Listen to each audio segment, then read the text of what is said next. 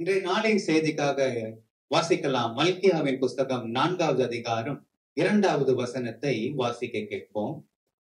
ஆனாலும் என் நாமத்துக்கு பயந்திருக்கிற உங்கள் மேல் நீதியின் சூரியன் உதிக்கும், அதன் செட்டையின் கீழ் ஆரோக்கியம் இருக்கும். நீங்கள் வெளியே புறப்பட்டு போய் கொழுத்த கன்றுகளைப் போல வளருவீர்கள். அல்லேலூயா. என் நாமத்துக்கு பயந்திருக்கிற உங்கள் மேல். என்னுடைய நாமம். யாருடைய நாமம்? இயேசு என்ற நாமம். நாம் உபாகமத்தின் புஸ்தகம் 4வது அதிகாரம் 39வது வசனத்தை நாம் வாசிக்கும் பொழுது, ஆகையால் உயரே வானத்திலும் தாழே பூமியிலும் கர்த்தரே தேவன், அவரை தவிர ஒருவரும் இல்லை என்பதை நீ இந்நாளில் அறிந்து உன் மனதிலே சிந்தித்து. ஆக உயர வானத்திலும் தாழ பூமியிலும் யார் தெய்வம் என்றால் கர்த்தரே தெய்வம். அல்லேலூயா.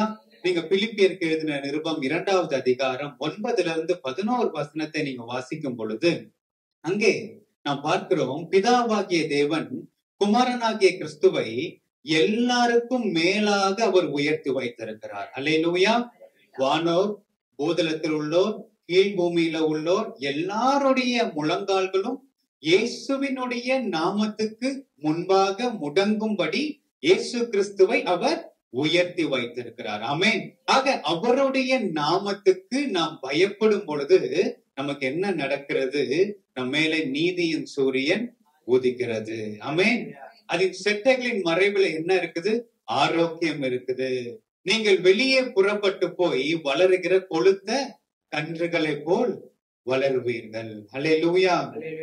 ஆக இன்றைக்கு நாம் தேவனுடைய நாமத்துக்கு நாம் பயப்படுகிறோமா? நல்லா பாருங்க. ஒரு ஹோட்டல் எல்லாம் நடத்துவாங்க, கடைகள் எல்லாம் நடத்துறாங்க இல்லையா? அப்ப அந்த கடைகளை நடத்துறதுக்கு என்ன வேணும்? லைசன்ஸ் வேணும். ஃபுட் டிபார்ட்மெண்ட் கிட்ட இருந்து என்ன செய்யணும்? லைசன்ஸ் வாங்கி வைக்கணும். திடீர்னு அரசாங்கத்துல இருந்து என்ன செய்வாங்க? இன்ஸ்பெக்ஷன் வருவாங்க, செக்கிங்க்கு வருவாங்க ஹோட்டலுக்கு. அவங்க சொல்லிட்டு என்ன செய்ய மாட்டாங்க?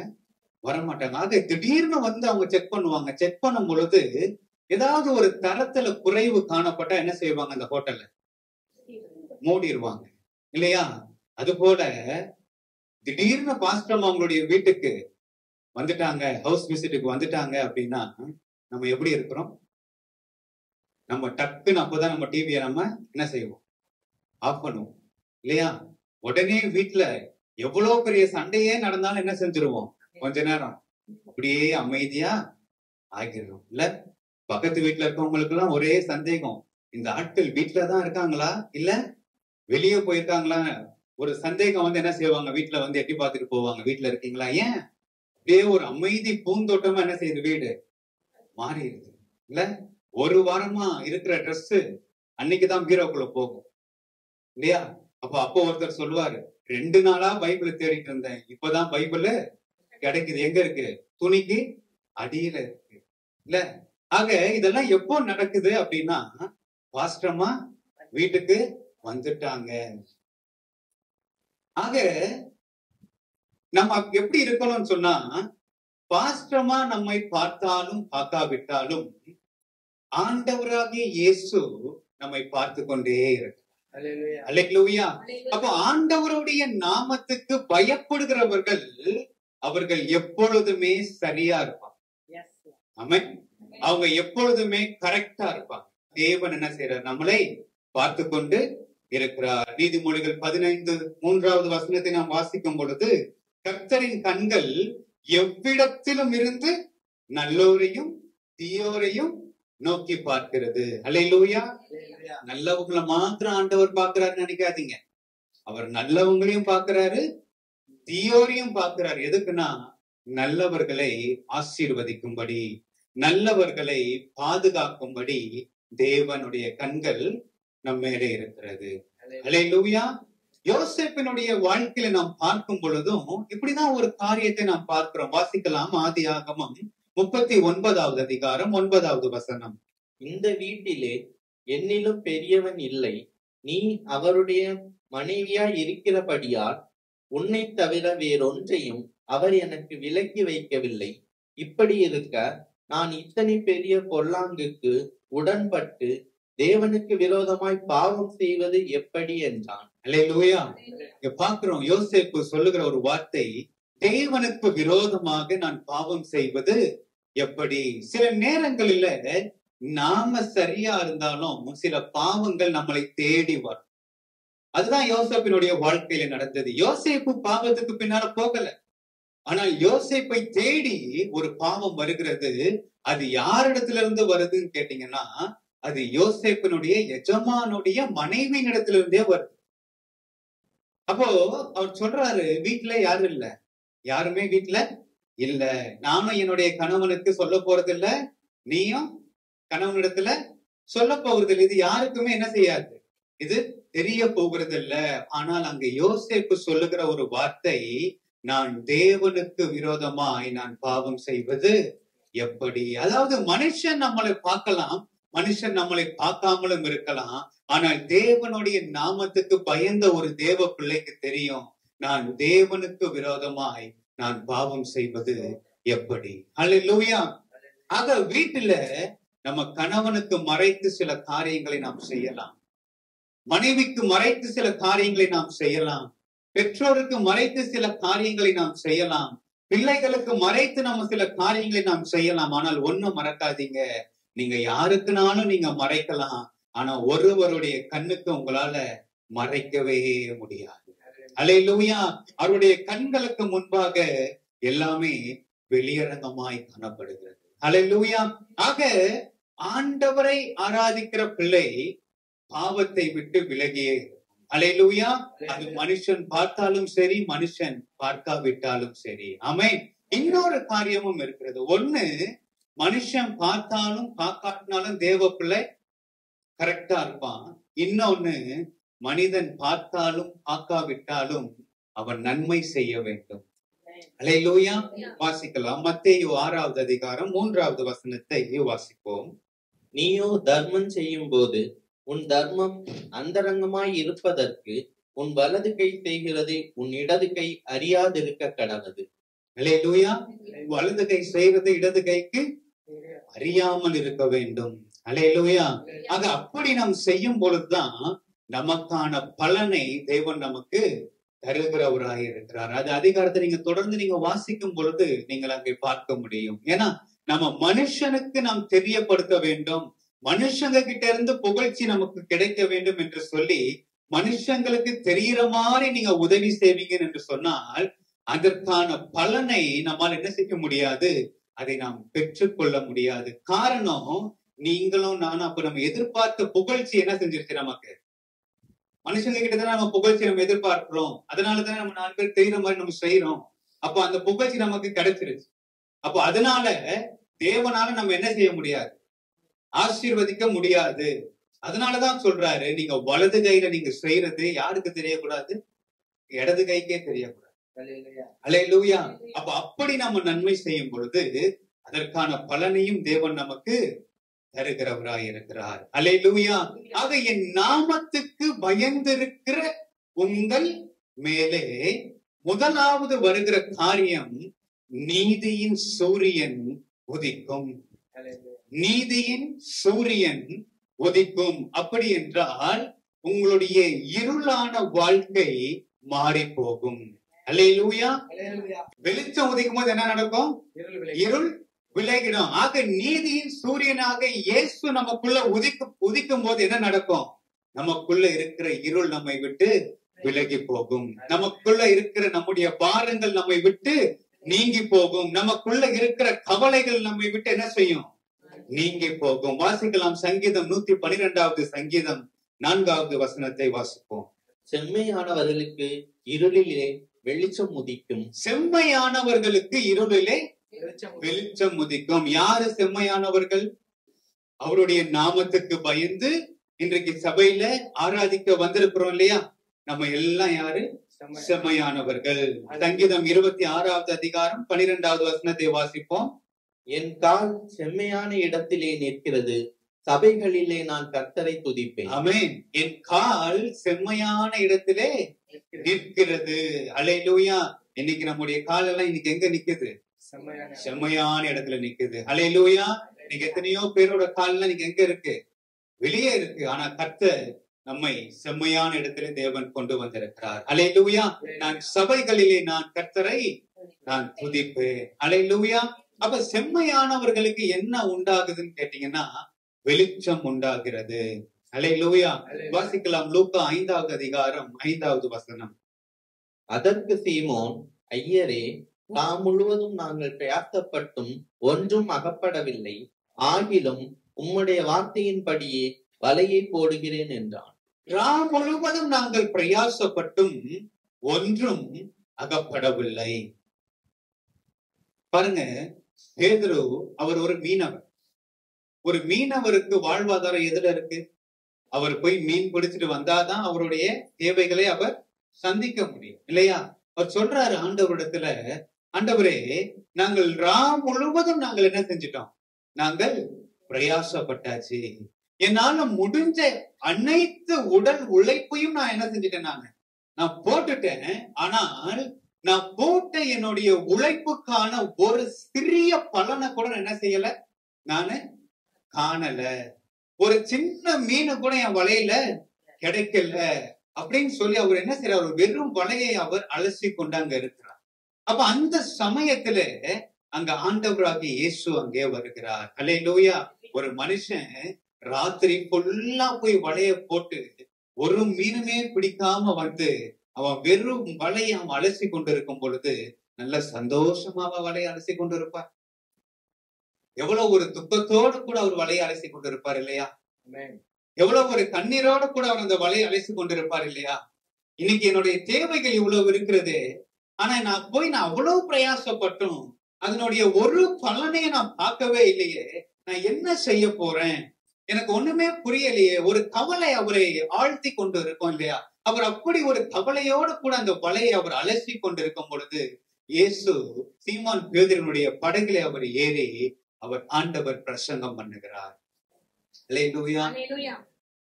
பாருங்க, அவ்வளவு துக்கம் மனதை அடைத்தாலும் ஆண்டவருக்கு படகை கொடுத்தார். ஆக நம்முடைய வாழ்க்கையில இப்படிப்பட்ட சில காரியங்கள் நேரிடும் பொழுதும் நம்ம ஆண்டவருடைய வார்த்தையை கேட்பதற்கு நாம் இடம் கொடுக்க வேண்டும். நாம் ஆண்டவருடைய வார்த்தையை நாம் கவனிக்கும்படி நம்முடைய செவிகளை அவரிடத்திலே நாம் சாய்க்க வேண்டும். எப்போ தெரியுமா? சந்தோஷமா இருக்கும் போது இல்லைங்க, துக்கமா இருக்கும் பொழுது, ஒரு பலனையும் நாம பார்க்காம இருக்கும் பொழுது, பட்ட பிரயாசத்தினுடைய பலனை நாம் காணாமல் இருக்கும் பொழுதும் நம்ம என்ன செய்யணும்? அவருடைய வார்த்தையை கேட்க வேண்டும்.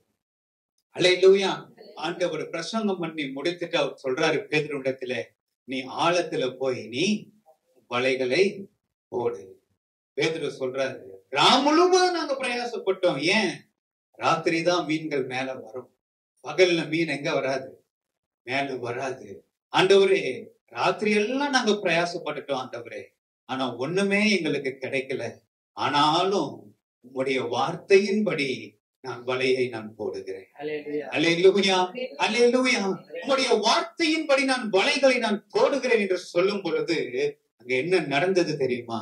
2 படகு அமுலத்தக்கதான மீன்களை அவர்கள் பிடித்தார்கள். அல்லேலூயா. அவர்களுடைய துக்கத்தை தேவன் சந்தோஷமாக தேவன் மாற்றினார். அல்லேலூயா. ஆக இந்த கால வேளையில தேவனுடைய நாமத்துக்கு பயந்து அவருடைய வார்த்தையை கேட்கிறவர்கள் மேலே என்ன வருகிறது? நீதியின் சூரியன் உதிக்கிறது. அல்லேலூயா. அது எவ்வளவு பெரிய இருளான ஒரு சூழ்நிலையாக இருந்தாலும் சரி, அவருடைய வெளிச்சம் உதிக்கும். ஆமென். ஆதியாகமத்திலே நாம் வாசிக்கும் பொழுது ஆழத்திலே என்ன இருந்துச்சு? இருள் இருந்தது. ஆனால் ஆண்டவர் சொன்னார், என்ன சொன்னார்? வெளிச்சம் உண்டாக கடவுது. அல்லேலூயா. வெளிச்சம் உண்டாக கடவுது என்று சொன்ன மாத்திரத்திலே அங்கே வெளிச்சம் உண்டானது, இருள் விலகினது. அல்லேலூயா. மத்தேயு 4வது அதிகாரம் 15வது வசனத்தை வாசிப்போம். இருளில் இருக்கும் ஜனங்கள் பெரிய வெளிச்சத்தை கண்டார்கள். மரண இருளின் திசையில் இருக்கிறவர்களுக்கு வெளிச்சம் உதித்தது என்று. அல்லேலூயா. இருளில் இருந்த ஜனங்கள் பெரிய வெளிச்சத்தை கண்டார்கள். அல்லேலூயா. பார்க்கிறோம், மரண திசையில் இருக்கிறவர்களுக்கும் என்ன வந்தது? வெளிச்சம் உதித்தது. அல்லேலூயா. ஏன் ஒரு வெளிச்சம் வருது தெரியுமா? நம்முடைய ஆண்டவர் அவர் ஒளியா இருக்கிறார். அவருக்குள்ள எவ்வளவேனும் இருள் காணப்படுகிறது இல்லை. ஆக ஆண்டவரை ஆராதிக்கிற பிள்ளைகளுக்கு ஆண்டவர் இன்றைக்கு சொல்லுகிற ஒரு வார்த்தை, நீதியின் சூரியன் உங்கள் மேலே உதிக்கும். அல்லேலூயா. இன்றைக்கு ஒரு நீதியின் சூரியன் உங்கள் மேலே ஆண்டவர் பிரகாசிக்க பண்ணுகிறார். ஆமென். முதலாவது ஆண்டவருடைய நாமத்துக்கு பயந்து அவருடைய வார்த்தையை கேட்கிறவர்களுக்கு உண்டாகிற முதல் ஒரு காரியம், நீதியின் சூரியன் உதிக்கும். ஆமென். இரண்டாவது என்ன நடக்கிறது? அவருடைய செட்டைகளின் கீழே ஆரோக்கியம். அவருடைய செட்டைகளின் கீழே ஆரோக்கியம் அப்படி என்றால் பாதுகாப்பை குறிக்கிறது. அல்லேலூயா. அவருடைய செட்டைகளின் மறைவுல என்ன இருக்குது? பாதுகாப்பு. வாசிக்கலாம் சங்கீதம் 91வது சங்கீதம் 4வது வசனம். அவர் தமது சிறகுகளாலே உன்னை மூடுவார், அவர் செட்டைகளின் கீழே அடைக்கலம் புகுவாய், அவருடைய சத்தியம் உனக்கு பரிசையும் கேடகமும் ஆகும். ஆமென். அவருடைய சிறகுகளாலே உன்னை மூடுவார். எப்படி கோழி தன்னுடைய குஞ்சுகளை என்ன செய்யும்? அதுக்கு ஆபத்து வரும் பொழுது அதோடைய செட்டைகளை விரித்து அதுக்குள்ளாக வைத்து பாதுகாக்கும் இல்லையா? அது போல ஆண்டவர் உங்களையும் என்னையும் பாதுகாக்கிறார். அல்லேலூயா. ஆக இந்த வசனம் எதை உறுதிப்படுத்துகிறது? தேவனுடைய பாதுகாப்பை இந்த வசனம் நமக்கு உறுதிப்படுத்தி காண்பிக்கிறது. ஆக இந்த பாதுகாப்பை நாம் பெற்றுக்கொள்ள வேண்டுமானால் அதற்கு ஒரு நிபந்தனை இருக்கிறது. சங்கீதம் 91:1 வாசிப்போம். உன்னதமானவரின் மறைவில் இருக்கிறவன் சர்வ வல்லவருடைய நிழலில் தங்குவான். அல்லேலூயா. யாருடைய நிழல்ல இருக்கணும்? சர்வ வல்லமை உள்ளவருடைய நிழல்ல நாம் இருக்க வேண்டியது அவசியம். ஆமென். அப்பதான் அந்த பாதுகாப்பு நமக்கு கிடைக்கும். ஆமென். அப்போ நம்ம எப்பொழுதுமே நாம் தேவனுடைய சமூகத்துல நாம் ஜெபிக்கிறவர்களாக, நாம் அவரை ஆராதிக்கிறவர்களாக, அவருடைய வார்த்தையை கேட்கிறவர்களாக, அவருடைய சித்தத்தின்படி நம்ம நடக்கிறவர்களாக நாம் காணப்படும் பொழுது இந்த பாதுகாப்பு நமக்கு கிடைக்கிறது. ஆமென். அல்லேலூயா. வாசிக்கலாம் ஆதியாகமம் 32வது அதிகாரம் 26வது வசனம். அவர் நான் போகட்டும், பொழுது விடுகிறது என்றார். அதற்கு அவன், நீர் என்னை ஆசீர்வதித்தால் ஒழிய உம்மை போக விடேன் என்றான். அவர் சொல்றார், ஆண்டவர் சொல்றாரு, பொழுது விடுகிறது, நான் என்ன செய்யணும்? நான் போகட்டும் என்று அவர் சொல்லுகிறார். ஆனா அந்த நேரத்துல யாக்கோபு சொல்ற ஒரு வார்த்தை, நீர் என்னை ஆசீர்வதித்தால் ஒழிய நான் உம்மை போக விட மாட்டேன். பாருங்க, யாக்கோபு இப்போ அவருடைய மாமனாருடைய ஊர்ல அவர் இருக்கிறார். இந்த நேரத்துல ஆண்டவருடைய வார்த்தை யாக்கோபுக்கு வருகிறது. அவர் என்ன சொல்றாரு? யாக்கோபை பார்த்து, நீ திரும்ப உன் தேசத்துக்கு நீ போ, நான் உனக்கு நன்மை செய்வேன் என்று ஆண்டவர் சொல்றார். அப்ப இந்த வார்த்தையை கேட்டுட்டு இப்ப யாக்கோபு எங்க போகணும்? சொந்த ஊருக்கு போகணும். அப்ப அவர் தன்னுடைய சொந்த ஊரை விட்டு இங்க வந்ததுக்கான காரணம் என்னன்னா, தன்னுடைய சகோதரனை ஏமாற்றி, ஏசாவை ஏமாற்றி ஆசீர்வாதங்களை எல்லாம் அவர் பெற்றுக்கொண்டபடினால ஏசா அவரை கொலை செய்ய வேண்டும் என்று அங்க இருக்கிறார். ஆக தன்னுடைய தாய் என்ன செய்தார்கள்? அவர்களுடைய சகோதரன் வீட்டுக்கு யாக்கோபை அனுப்புகிறார்கள். அப்படி யாக்கோபு இந்த வனாந்திர வழியாய் அவர் போகிறார். இந்த யாக்கோபு தன்னந்தனியா போகிறார். இந்த யாக்கோபு எப்பொழுதுமே வீட்டை விட்டு பிரிந்து போனதே இல்லை. யாக்கோபை குறித்து நாம் பார்க்கும் பொழுது அவர் கூடாரவாசியாய் அவர் இருந்தார். ஆக அவருடைய வாழ்க்கையில ஒரு தனிமை வந்தது.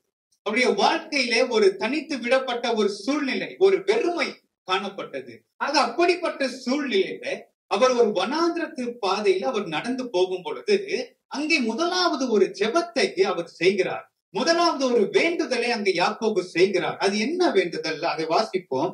ஆதியாகமம் 28வது அதிகாரம் 20-21 வசனங்களை வாசிப்போம். அப்பொழுது யாக்கோபு, தேவன் என்னோடே இருந்து நான் போகிற இந்த வழியிலே என்னை காப்பாற்றி, தேவன் என்னோடு இருந்து நான் போகிற வழியிலே என்னை காப்பாற்றி, உண்ண ஆகாரமும் உடுக்க வஸ்திரமும் எனக்கு தந்து, எனக்கு தந்து என்னை என் தகப்பன் வீட்டுக்கு சமாதானத்தோடே திரும்பி வர பண்ணுவாரானால் கர்த்தர் எனக்கு தேவனாயிருப்பார். அல்லேலூயா. ஆக முதலாவது வனாந்திரத்துல இருக்கும் பொழுது அவர் செய்கிற ஒரு வேண்டுதல், நான் போகிற வழியில கர்த்தர் என் கூட இருக்கணும், எனக்கு அவர் ஆகாரத்தை கொடுக்கணும், எனக்கு அவர் வஸ்திரத்தை கொடுக்கணும். இதெல்லாம் ஆண்டவர் கொடுத்தார். அல்லேலூயா. அவர் கேட்ட இந்த ஆசீர்வாதங்களை தேவன் கொடுத்தார். யாக்கோபு திரும்பி வரும் பொழுது இரு பரிவாரங்களோட அவர் திரும்பி வந்தார். உடனே நினைச்சுக்காதீங்க, மாமனார் வீட்டுல நல்ல உபசரிப்பு போல நல்ல மாமனார் 2 பரிவாரத்தை கொடுத்து அமைச்சிருக்காரு. வரும்போது வெறுங்கையா வந்தான், எனக்கு சாப்பாடு கிடைக்கணும்னு கேட்டான், வஸ்திரம் கிடைக்கணும்னு கேட்டான். ஆனா திரும்பி வரும்பொழுது எப்படி வந்துட்டாரு? 2 பரிவாரம் மாமனார் வீட்டுல நல்ல கவனிப்பு. இல்ல, மாமனார் என்ன செஞ்சார் தெரியுமா? யாக்கோபினுடைய சம்பளத்தை 10 முறை மாற்றினார். யாக்கோபை அவர் ஏமாற்றினார். இளையவளை கொடுக்காமல் மூத்தவளை கொடுத்தார். திரும்ப இளையவளுக்காகவும் ஒரு வேலை செய்தார். பல முறை சம்பளத்தை மாற்றினார். எல்லாம் நடந்தது. ஆனால் மாமனாருக்கு ஒண்ணு தெரியும், யாக்கோபோட கூட தேவன் இருக்கு. அல்லேலூயா, அல்லேலூயா. யாக்கோபை ஆசீர்வதித்தது தேவன். அல்லேலூயா. உங்களை என்னை ஆசீர்வதிக்கிறது யார்? தேவன் தான் நம்மை ஆசீர்வதிக்க முடியும். அல்லேலூயா. இப்ப யாக்கோபு எப்படி வராரு? இரு பரிவாரத்தோட இப்ப அவரு வருகிறார். அப்ப ஆண்டவர் இவர் கேட்ட ஆசீர்வாதத்தை கொடுத்தாரா இல்லையா? கொடுத்தார் இல்லையா? கொடுத்துட்டாரு. நீங்க பாருங்க, அந்த ஆதியாகமம் 32வது அதிகாரத்தை நீங்க வாசிக்கும் பொழுது யாக்கோபு ஒட்டகம், கழுத, ஆடு, கடாக்கள் எல்லாத்தையும் வேலைக்காரர்கள் கடத்துல கொடுத்து முன்னால் அனுப்புறாரு. யாராவது உங்களை வழியில கேட்டா நீங்க என்ன சொல்லுங்க? இது ஏசாவுக்கு அவனுடைய சகோதரன் கொடுத்து அனுப்புகிற வெகுமதி நீங்க சொல்லுங்க. அப்ப ஆசீர்வாதம் எல்லாம் இருக்கு. ஆனா இப்ப தனித்திருந்து இப்ப திரும்ப அவர் கேட்கிறாரு, நீர் என்னை ஆசீர்வதித்தால் ஒழிய நாங்க என்ன செய்ய மாட்டோம், உம்மை விட மாட்டேன். இது என்னங்க ஆசீர்வாதம்? நீ கேட்ட ஆசீர்வாதத்தை நான் கொடுத்துட்டேன், சமாதானத்தோட நான் உன்னை திரும்பி நான் கொண்டு வரேன் ஆண்டவர் சொல்றாரு. ஆனா இப்ப தனித்திருந்து இப்ப திரும்ப ஆண்டவர்கிட்ட கேட்கிறாரு, நீர் என்னை ஆசீர்வதித்தால் ஒழிய, நீங்க என்னை ஆசீர்வதித்தால் ஒழிய நான் என்ன செய்ய மாட்டேன், உங்களை போக விட மாட்டேன். என்ன தெரியுமா? போனா ஏசா என்ன கொன்றுவான். ஏசா என்ன, என் அண்ணன் என்ன கொன்று போடுவான். எனக்கு உங்க பாதுகாப்பு வேணும் ஆண்டவரே. இதுதான் ஒரு பெரிய ஆசீர்வாதம். உன்னதமானவரின் மறைவில் இருக்கிறதுதான் பெரிய ஆசீர்வாதம். அல்லேலூயா. இதை யாக்கோபு இதை உணர்ந்து கொண்டு இப்ப ஆண்டவரிடத்துல கேட்கிறாரு, ஆண்டவரே நீர் என்னை ஆசீர்வதித்தால் ஒழிய நான் என்ன செய்ய மாட்டேன், உம்மை நான் போக விட மாட்டேன் ஆண்டவரே. அல்லேலூயா. அவருடைய ஆசீர்வாதம். சங்கீதக்காரர் சொல்லுகிறார், உம்முடைய சமூகத்தை விட்டு நான் எங்கே ஓடுவேன் ஆண்டவரே, நான் எங்கே போவேன் ஆண்டவரே. நான் எங்க போனாலும் எனக்கு என்ன கிடையாது, எனக்கு பாதுகாப்பு இல்லை. சங்கீதம் 91:7-8 வாசிப்போம். உன் பக்கத்தில் 1000 பேரும், உன் பக்கத்தில் 1000 பேர், உன் வலது புறத்தில் 10,000 பேரும், உன் வலது புறத்தில் 10,000 பேரும் விழுந்தாலும் அது உன்னை அணுகாது, அது உன்னை அணுகாது. உன் கண்களால் மாத்திரம், உன் கண்களால் மாத்திரம் நீ அதை பார்த்து துன்மார்க்கருக்கு வரும் பலனை காண்பாய். அல்லேலூயா, அல்லேலூயா. உன் பக்கத்துல 1000 பேர் விழலாம், உங்க வலது பக்கத்துல 10,000 பேர் விழலாம். ஆனா அவருடைய செட்டைகளின் மறைவுல இருக்கிறோம் பாத்தீங்களா, ஒண்ணுமே நம்மள என்ன செய்ய முடியாது, சேதப்படுத்த முடியாது. அல்லேலூயா. உன் கண்களால் மாத்திரம் நீ துன்மார்க்கருக்கு வரும் பலனை காண்பாய். அல்லேலூயா. அங்க என்ன நடந்தது தெரியுமா? அங்கே அவர் ஜெபிக்கும் பொழுது ஆண்டவர் அவங்க செய்த ஒரு அற்புதம்.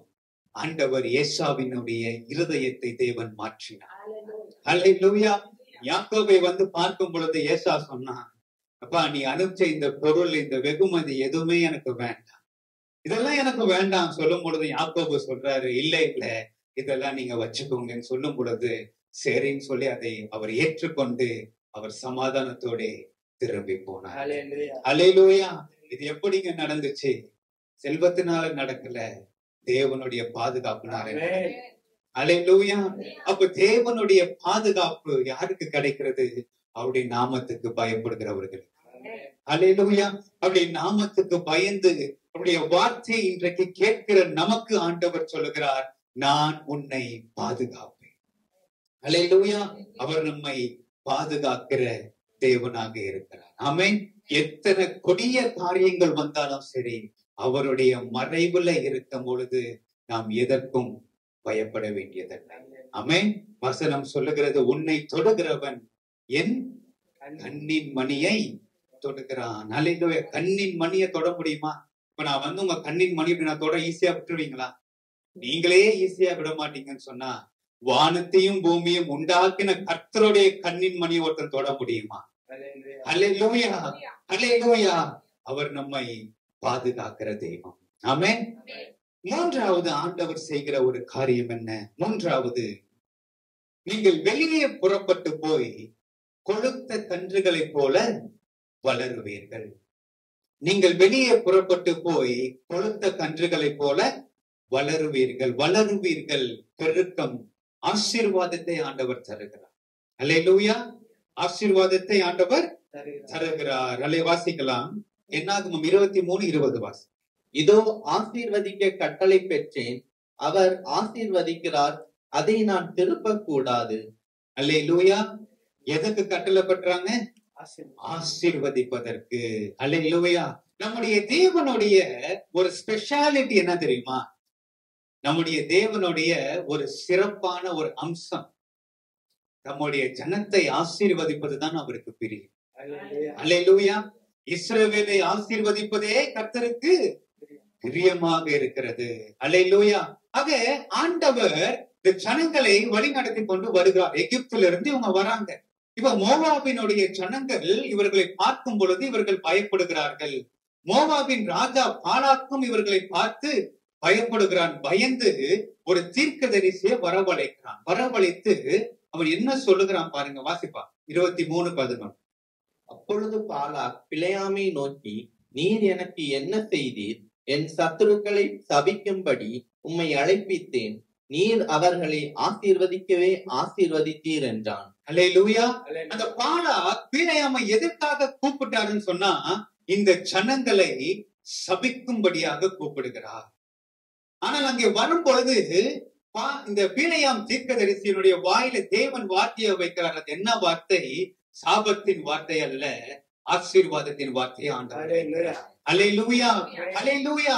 அங்க பிலேயாம் ஆண்டவரிடத்துல உத்தரவு கேட்க பொழுது அவர் சொல்றாரு, ஒரு கூட்ட ஜனம் இந்த பாளையத்திலே வந்திருக்கிறது, ஒரு கூட்ட ஜனம் எகிப்திலிருந்து வந்திருக்கிறது. எகிப்து என்றால் பாவம், எகிப்து என்றால் அடிமைத்தனம். ஆக ஒரு கூட்ட ஜனம் பாவத்திலிருந்து மீட்கப்பட்டு வந்திருக்கிறது, ஒரு கூட்ட ஜனம் அடிமைத்தனத்திலிருந்து மீட்கப்பட்டு வந்திருக்கிறது.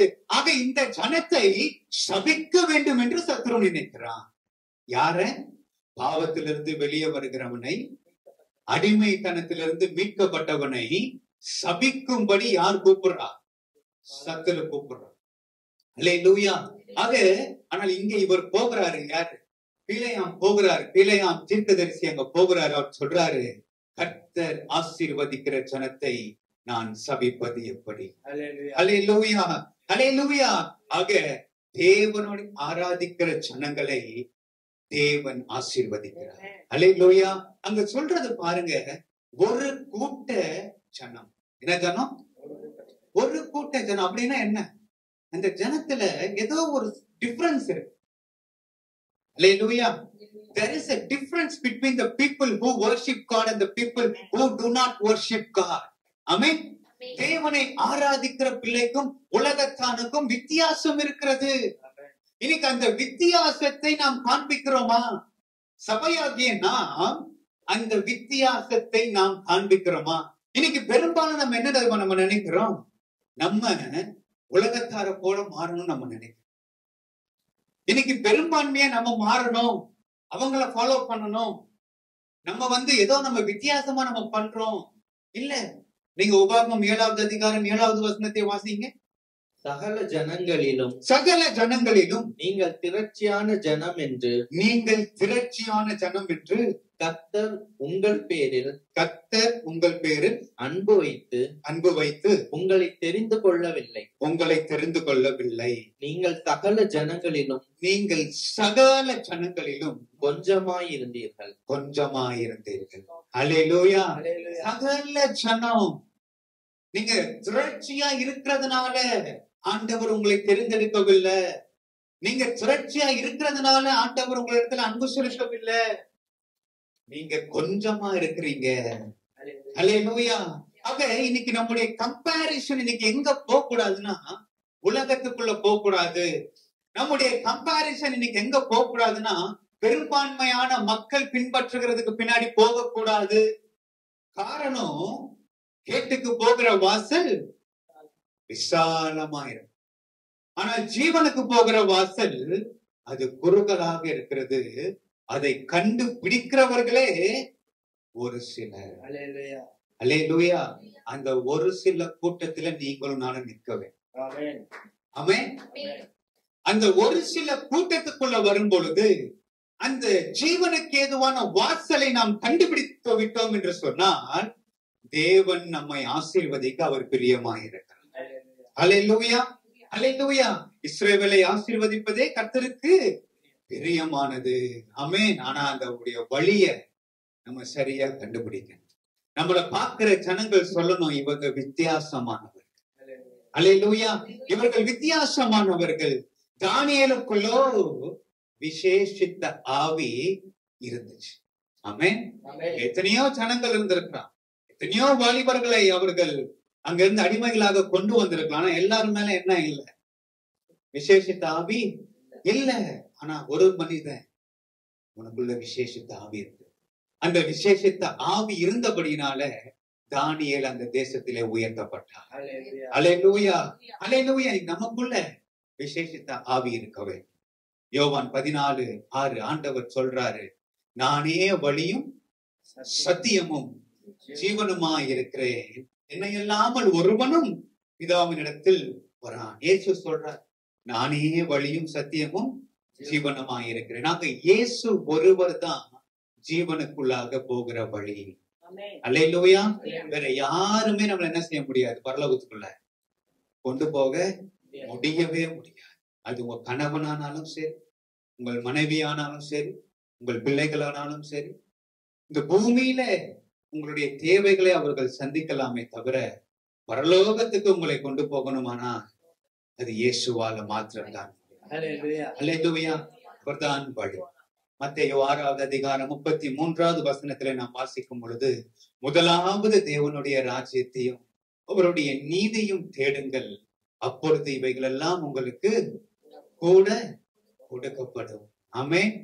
நீங்க நினைக்கலாம், எங்களுக்கு ஆசீர்வாதம் எங்களுக்கு வேணுமே, இந்த பூமியில நாங்க வாழ்றதுக்கு எங்களுக்கு என்ன வேணும்? ஆசீர்வாதம் வேணும். அதையும் நாங்க தேடத்தானே வேணும். அதை எப்படி நாங்க தேடாம நாங்கள் இருக்கிறது? நீங்க எப்படி நீங்க எப்ப பார்த்தாலும் இயேசுவையே பின்தொடர்ந்துவான்னு நீங்க சொல்றீங்க? எங்களுக்கு பசிக்காதா? எங்களுடைய தேவைகளை நாங்க சந்திக்க வேணாமா? எங்கள் குடும்பத்தின் காரியங்களை நாங்கள் கவனிக்க வேணாமா? ஆண்டவர் சொன்ன வார்த்தை, முதலாவது தேவனுடைய ராஜ்யத்தையும் அவருடைய நீதியும் தேடுங்கள், அப்பொழுது இவைகள் எல்லாம் உங்களுக்கு என்ன செய்யும்? கூட. அல்லேலூயா. இவைகள் எல்லாம் உங்களுக்கு சப்ளிமெண்ட்ரி, இதெல்லாம் உங்களுக்கு கூட வந்துரும். ஆனா முதல்ல ஆண்டவரை தேட வேண்டும். ஆபிரகாமை குறித்து நாம் பார்க்கும் பொழுது, ஆபிரகாமை ஆண்டவர் சொல்றார், உன்னுடைய குமாரனை நீ எனக்கு பலி செலுத்த வேண்டும்.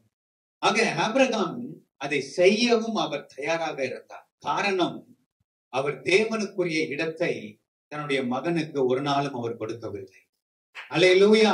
தன்னுடைய தேவனுக்கு அவர் வைத்திருந்த அந்த ஸ்தானத்தை, தன்னுடைய தேவனுக்கு அவர் வைத்திருந்த அந்த உயர்ந்த இடத்தை யார் வந்து நிரப்பலன்னு கேட்டீங்கன்னா, அவருடைய மகன் வந்து அதை நிரப்பவில்லை. அந்த இடத்திலே அவர் அவரை கொண்டு வரவில்லை. 100 வருஷம் காத்திருந்த பெறப்பட்ட தன்னுடைய பிள்ளையை தேவனுக்கு மேலாக ஆபிரகாம் ஒரு நாளும் உயர்த்தவில்லை. அல்லேலூயா. அதனால ஆண்டவர் என்ன செஞ்சார்னா, ஆபிரகாமை தேவன் ஆசீர்வதித்தார். இன்னும் ஆண்டவர் அவரை பெருக பண்ணினார். அல்லேலூயா. அன்னாளை குறித்து பார்க்கும் பொழுது அன்னாள் அவர்கள் தன்னுடைய மன கிளேசத்தை எல்லாம் ஊற்றி அவர்கள் ஜெபித்து அவர்கள் பெற்றுக் கொண்டார்கள் சாமுவேலை. ஆனா அந்த பொருத்தனை அவர்கள் நிறைவேற்றுவதற்கு அவர்கள் ஒரு நாளும் தயங்கவில்லை. அல்லேலூயா. அநேகர் பாருங்க, அன்றைய சமூகத்துல வரும், ஜெபிக்கிறோம், பொருத்தனை பண்றோம், நம்முடைய தேவை சந்திக்கப்பட்டதுக்கு அப்புறம் என்ன செய்ய மாட்டாங்க, அந்த பொருத்தனை அவங்களால நிறைவேற்ற முடியாது. ஆனால் அன்னாள் அந்த பொருத்தனை அவர்கள் நிறைவேற்றினார். தேவன் அவர்களை இன்னும் அவர்களை ஆசீர்வதித்தார். அல்லேலூயா. ஆண்டவராக இயேசு கிறிஸ்துவை நாம் பார்ப்போம் என்று சொன்னால், அவர் இந்த பூமியில வாழ்ந்த எல்லா நாட்களிலும் அவர் பிதாவை அவர் மகிமைப்படுத்திக் கொண்டே அவர் இருந்தார். அவர் எங்குமே அவருடைய நாமத்தை அவர் மகிமைப்படுத்தல. அவர் எல்லா இடத்திலுமே அவர் பிதாவை முதன்மைப்படுத்தினார். அவர் அவருடைய நாமத்தை அவர் மகிமைப்படுத்தினார். என்ன நடந்தது தெரியுமா? பிதா இயேசு கிறிஸ்துவை எல்லா நாமத்துக்கும் மேலாக உயர்த்தி வைத்தார். அல்லேலூயா. ஆக அவருடைய நாமத்துக்கு நாம் பயப்படும் பொழுது, அவருடைய வார்த்தையை நாம் கேட்கும் பொழுது, மூன்றாவது ஆண்டவர் நமக்கு தருகிற ஒரு காரியம், அவர் நம்மை ஆசீர்வதிக்கிறார். அல்லேலூயா. எந்த ஒரு சாபமானாலும், எந்த ஒரு வேதனையான காரியமானாலும் நம்முடைய ஜனத்தை என்ன செய்ய விட மாட்டார், அதை அனுமதிக்க விடவே மாட்டார். அல்லேலூயா. அல்லேலூயா. இதோ ஆசீர்வதிக்க கட்டளை பெற்றேன், நான் ஆசீர்வதிப்பதே அன்றி நான் தேவனுடைய ஜனத்தை சபிக்க முடியாது. அல்லேலூயா. சத்துரு எழும்பலாம், உன்னை சபிக்கிறேன், உன்னை என்ன செய்யறேன் பாரு, உன்னை இல்லாம நான் போக பண்றேன், நீ எப்படி வாழ்ற நான் பாத்துறேன், என்ன சொன்னாலும் அந்த வார்த்தைகள் ஒன்றையும் ஆண்டவர் தேவ பிள்ளையினுடைய வாழ்க்கையில பழிப்பதற்கு ஒரு நாளும் அவர் இடம் கொடுக்க மாட்டார். அல்லேலூயா. அவருடைய வார்த்தை தான் நிறைவேறும். அவர் தம்முடைய ஜனத்தை அவர் ஆசீர்வதிக்கிறார். ஆமென். அல்லேலூயா. ஆக இந்த நாளிலே ஆண்டவர் நமக்கு கொடுத்த வார்த்தை, அவருடைய நாமத்துக்கு முதலாவது நாம் பயப்பட வேண்டும், அவருடைய வார்த்தையை நாம் கேட்க வேண்டும். அப்படி நாம் நடக்கும் பொழுது நமக்கு ஆண்டவர் கொடுக்கிற 3 காரியம். முதலாவது, உங்கள் மேலே நீதியின் சூரியன் உதிக்கும். நம்முடைய வாழ்க்கையில காணப்படுகிற எல்லா இருள்கள், எல்லா மாறாக்கள், எல்லா கசப்புகள் விலகி போகும். அல்லேலூயா. இரண்டாவது ஆண்டவர் செய்கிற ஒரு காரியம், அவருடைய செட்டைகளின் மறைவிலே ஆரோக்கியம். அவருடைய செட்டைகளின் மறைவிலே நமக்கு ஆண்டவர் பாதுகாப்பை தேவன் வைத்திருக்கிறார். அல்லேலூயா. வேடனுடைய கண்ணிக்கும் ஆளாக்கும் கொள்ளை நோய்க்கும் நம்மை தப்புவித்து தேவன் நடத்துகிறவர். மூன்றாவது ஒரு காரியத்தை நாம் பார்த்தோம், நீங்கள் வெளியே புறப்பட்டு போய் வளருகிற கொழுத்த கன்றுகளை போல இருப்பீர்கள். ஆண்டவர் நம்மளை ஆசீர்வதிக்கிறார். ஆக இஸ்ரவேலை ஆசீர்வதிப்பதே கர்த்தருக்கு பிரியமான காரியம். ஆனால் ஒரு காரியம் இருக்கிறது, அந்த ஜனம் ஜாதிகளோட கலவாமல் அது தனித்து வாசமாயிருக்கும். அல்லேலூயா. நம்ம மெஜாரிட்டியா மாறணும்னு நம்ம நினைக்க கூடாது, நம்ம மைனாரிட்டியில இருக்கணும். ஆண்டவருக்கு பிரியமா நம்ம நடக்கணும். ஏன்னா ஜீவனுக்கு போற வழியை கண்டுபிடிக்கிறவர்களே ஒரு சிலர். அந்த ஒரு சில கூட்டத்துல நம்ம இருக்கணும். அதுல இருக்கும் பொழுது தேவன் நம்மை பரிபூரணமாய் நம்மை ஆசீர்வதித்து நம்மை வழி நடத்துவார். அல்லேலூயா. கர்த்தர் தாமே நம்மை ஆசீர்வதிப்பார்.